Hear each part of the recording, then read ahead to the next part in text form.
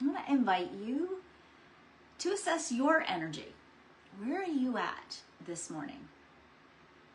Where are you at in general? You know, it's been a year, right? It's been a season of a lot of personal and collective upheaval.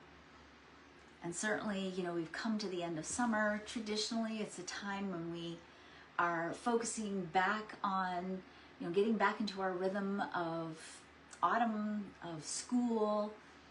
And sometimes, you know, that rhythm, if we don't have the energy for it, can feel daunting.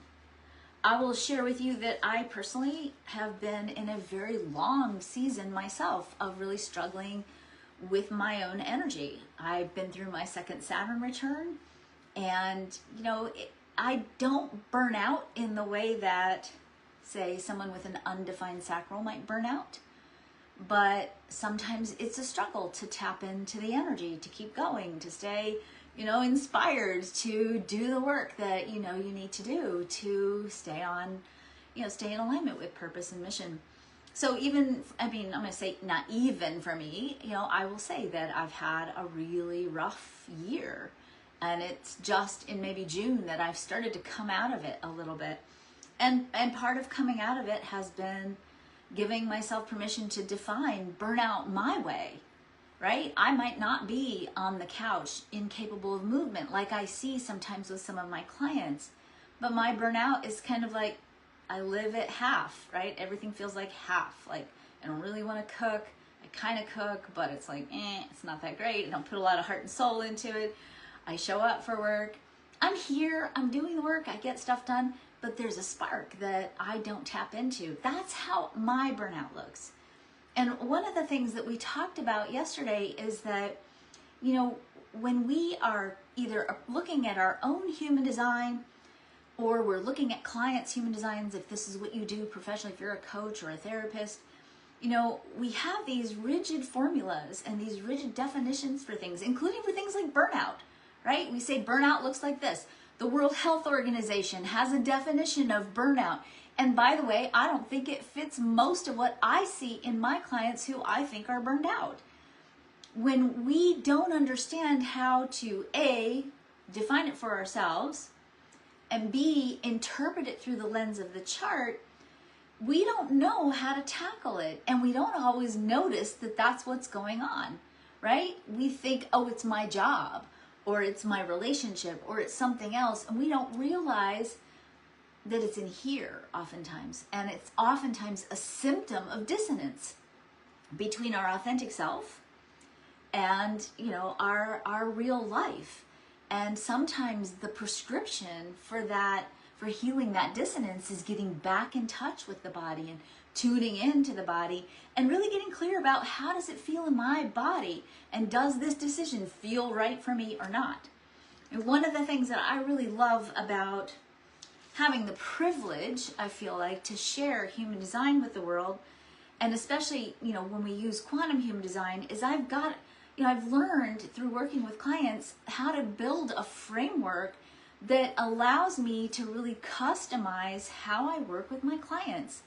Because that ability to see each person individually through the lens of the chart, to see yourself and your own chart through that lens, gives you the power to eventually, if you do the work and you learn to reconnect to the body and the wisdom of the body, to really help you break out of those boom and bust cycles, to really tap into authentic energy so that your clients stop burning themselves out over and over again. How many of you, just listening, I mean, how many of you have had seasons and cycles of rhythms of burnout and you know, realignment, and burnout and realignment?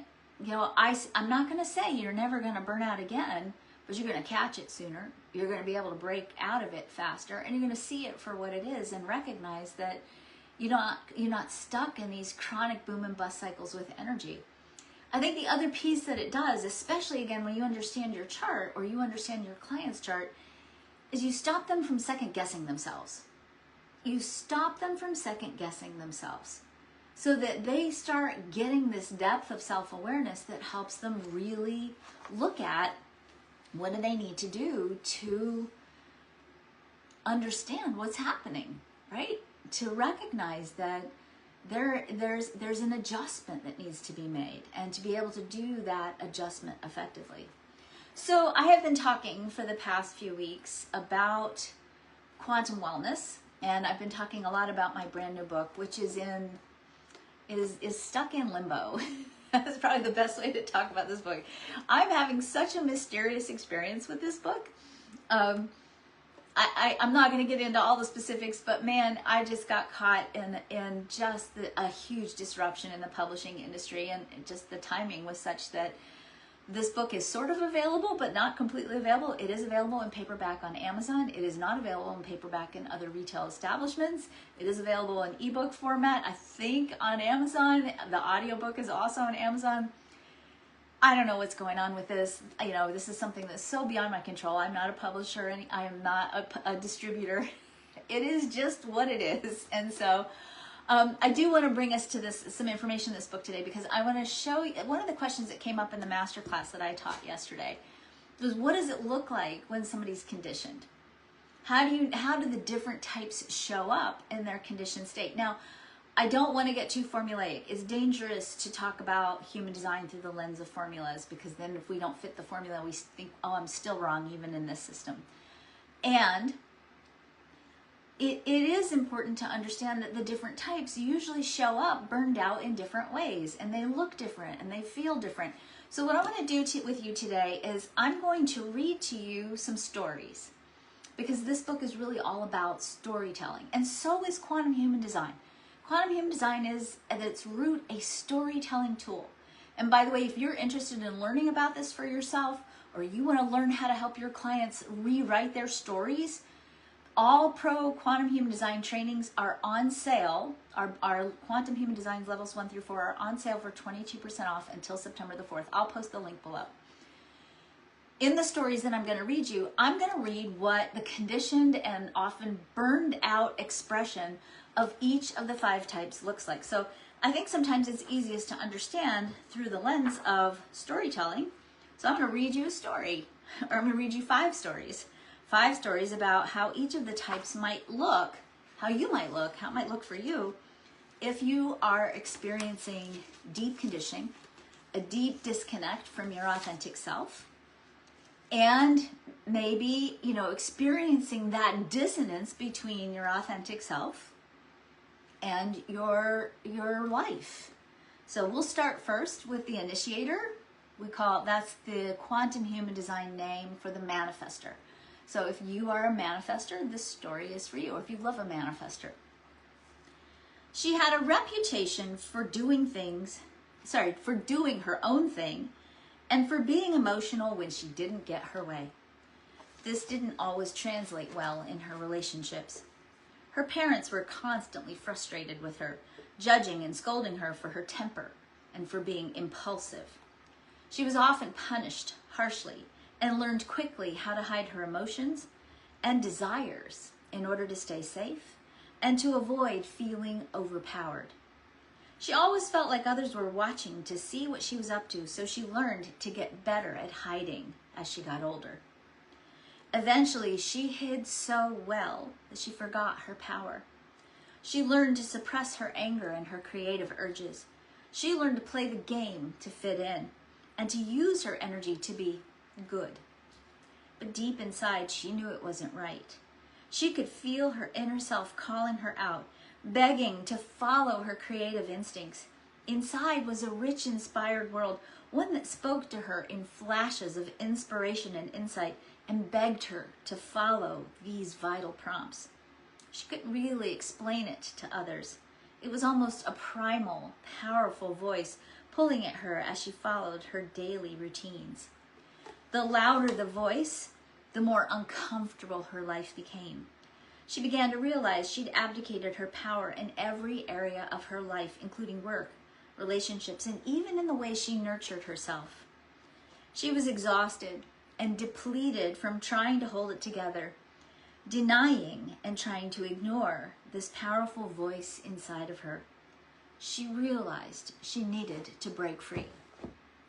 So if you are a manifestor, that's kind of the beginning of the story, where a lot of my manifestor clients show up for a reading, or even as students. So maybe you relate to that. And certainly one of the things we talked about yesterday was the importance of rewriting that story. So if you are a manifestor and you really relate to that, how would you rewrite that story? I invite you this weekend to take some time and really sit down and think about, if you could take back control over that story, tap into that power, what would that look like? What would that feel like? Who would you be? Who would you be? All right, my generators, you ready for your story? This is how a lot of our generators show up as students and as clients when they come in for readings, or if you're coaching your clients, you might relate to this. Some of your clients might sound like this. From the start, she had an inner sense that felt right and joyful to her. She grunted with delight at the food she loved and the games she liked to play. She also grunted and even made faces at things she didn't like, but was quickly told she was rude and that not using words was unacceptable.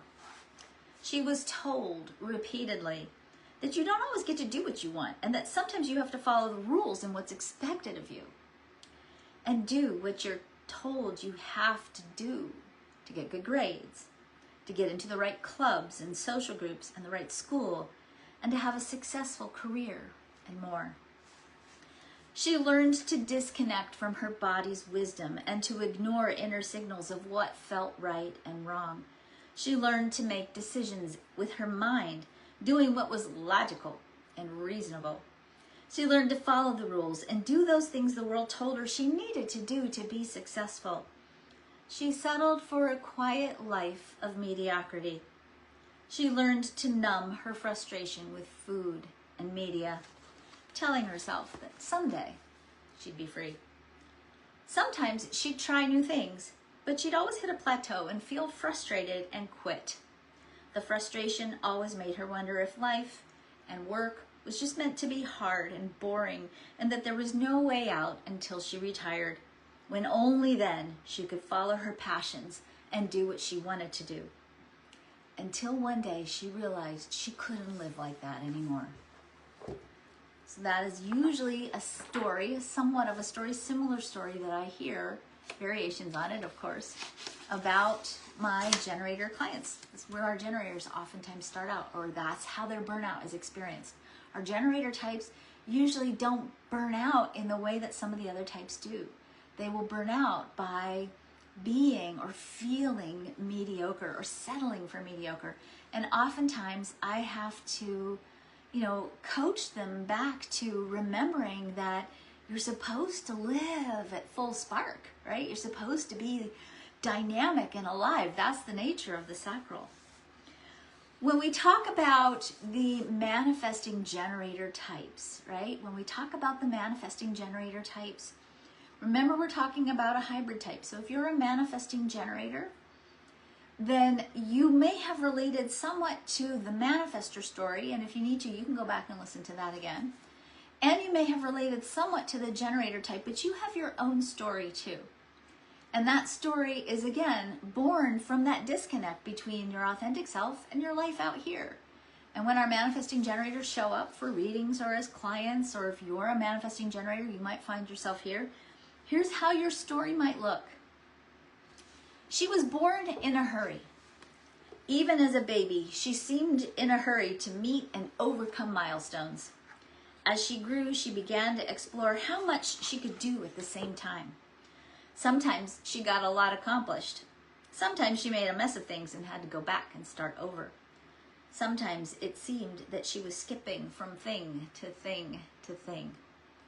Her parents and teachers often judged her mistakes and her speed. They told her to slow down, and that if she just focused on one thing at a time instead of being all over the place, she wouldn't skip important steps or get herself in trouble by biting off more than she could chew. She learned to stop trusting her gut and did her best to channel her energy into accomplishing what other people told her she should do, eventually drowning out her passion and her curiosity. She stopped experimenting and exploring and tried to force herself to stick with one thing, even though her spirit was longing for more. She was often frustrated and angry with the world. It seemed like nothing and no one moved fast enough or was as capable as she was. So she often found herself doing more than her fair share because it was easier to do it herself than it was to wait for others.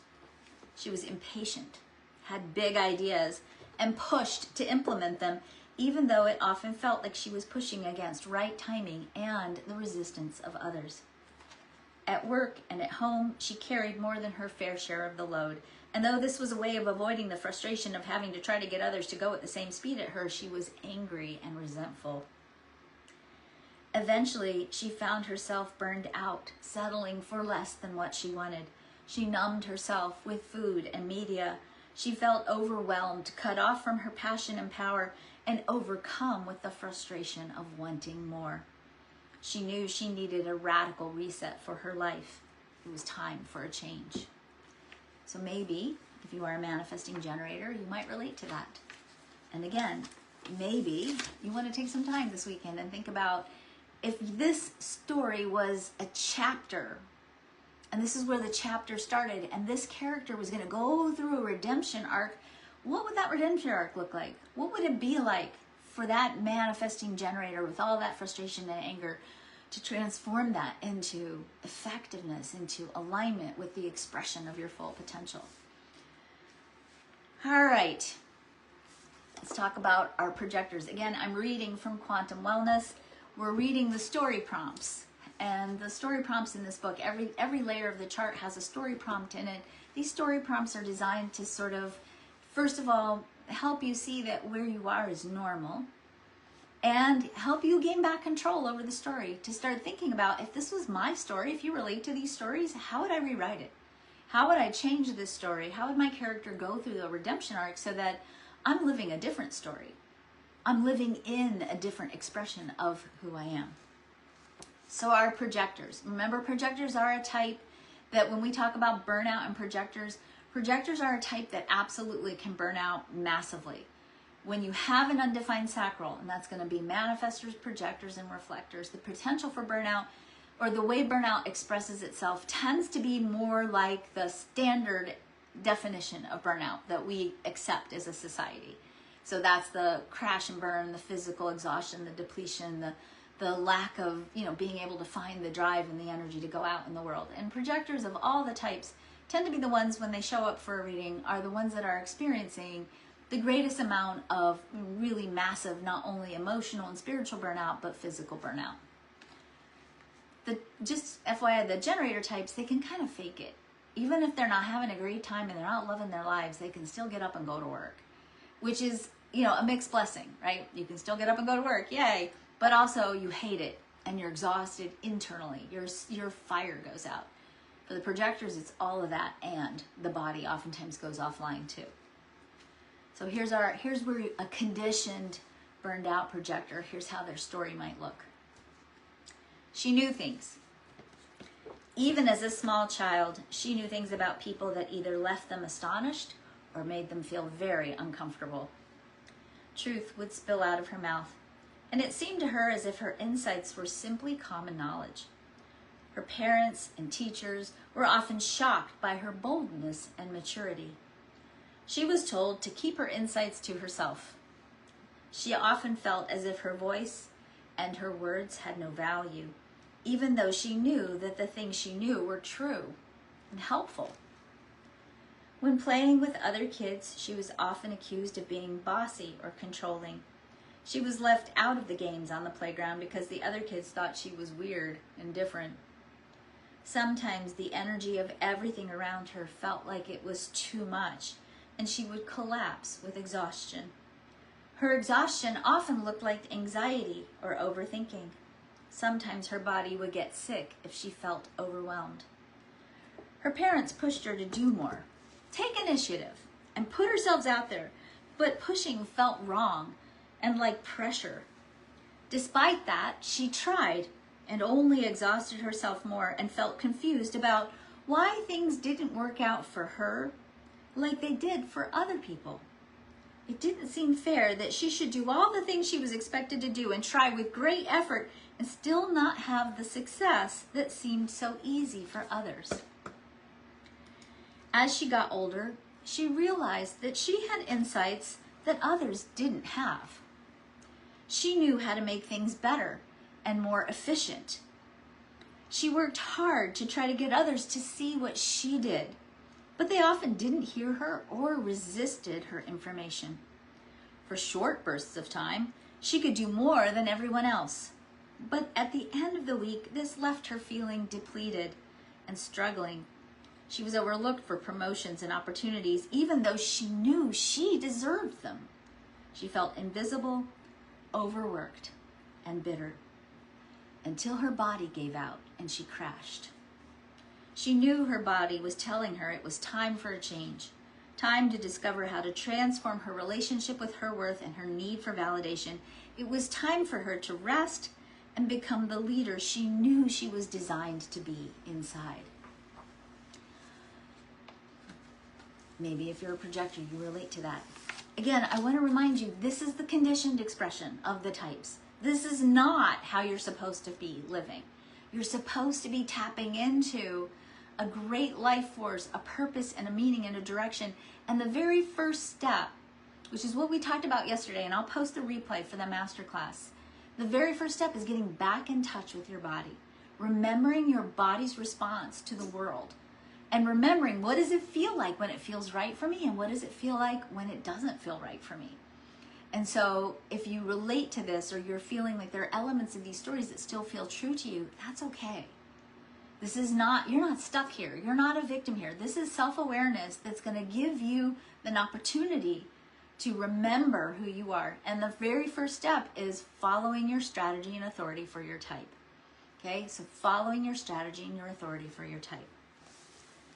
Our last type, and how our last type might somehow show up with burnout is our reflectors. She had big feelings. The energy of the world ricocheted around in her body, making her feel the full spectrum of emotions. When bad things happened in the world around her, she felt it more than others, and that confused her. Sometimes the bigness of her emotional expression made her parents struggle. They couldn't understand why everything had to be so emotional. She was often shut down and learned to stifle some of the bigness of what she felt.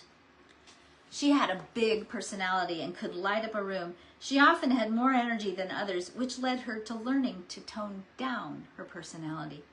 She was too much for others. She was often told that she talked too much, felt too much, and that she was too intense. She needed time to make changes. Sometimes she was pushed and pressured to make changes and transitions before she was ready. This caused her great anxiety. The pressure to adapt quickly often left her scrambling for security, and she held tightly to her friendships and significant others in a way that felt clingy and overwhelming. She was sometimes accused of taking all of the energy in the room and wanting to be the center of attention, which caused her to shut down her light. She fell in love with people's potential.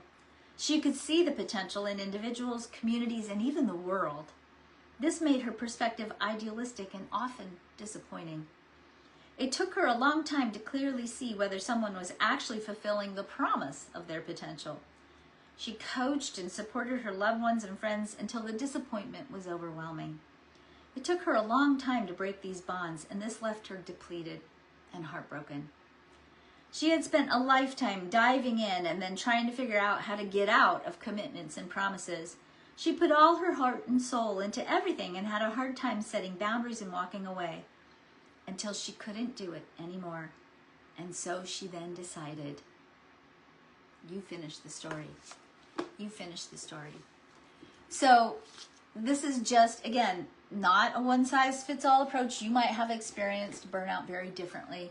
When we look at the chart, and this is, again, part of what you learn in our Quantum Human Design professional training, when you look at the chart, it's very easy and tempting to find one piece of the chart, like type, and fall in love with it, right? To be like, I'm of this type, and that means all these different things. We have to remember that the chart is a synthesis of all the parts in the chart. And your chart has multi-layers and multi-facets. So some of you might have found that you related to some of the aspects from some of the other types, or some of the stories from some of the other types, and that's normal. because the themes of the chart repeat themselves layer after layer after layer. And while you might have this theme over here, you might have a different theme, a projected theme, or a generated theme over here, or a manifested theme over here in a different part of your chart. So really, in a lot of ways, all of these pieces live within us, but we tend to have one part that we relate to the most, that we identify with the most. And most importantly, when we talk about type, we're really talking about the prescription to discover or reconnect with what does your body feel like when something feels right? And what does your body feel like when something doesn't feel right? And how do you get back in touch with trusting what your body is telling you when you make choices? So thank you again today for joining me. If you missed the masterclass, I will post the link for the replay below. Again, all of the Quantum Human Design Pro trainings are on sale for 22% off. If you want to get your hands on a paperback copy of my book, you can go to Amazon today. We'll see where it shows up tomorrow. But today on Amazon, the paperback copy is available, so is the ebook and the audiobook. Thank you all for being here and sharing this Friday morning with me. I hope you have a wonderful, blessed, restorative weekend. And if you feel inspired, I really encourage you, sit down. Sit down with your story. Sit down with what story you're telling yourself and the world about who you are and how you are. And if you don't like the story, stories are malleable. Stories are fluid and dynamic. You have the power to write your story the way you choose. And when you take back control over that story, you change your life, you change your brain, and you change your heart. So have a good weekend. I'll talk to you next week. Bye.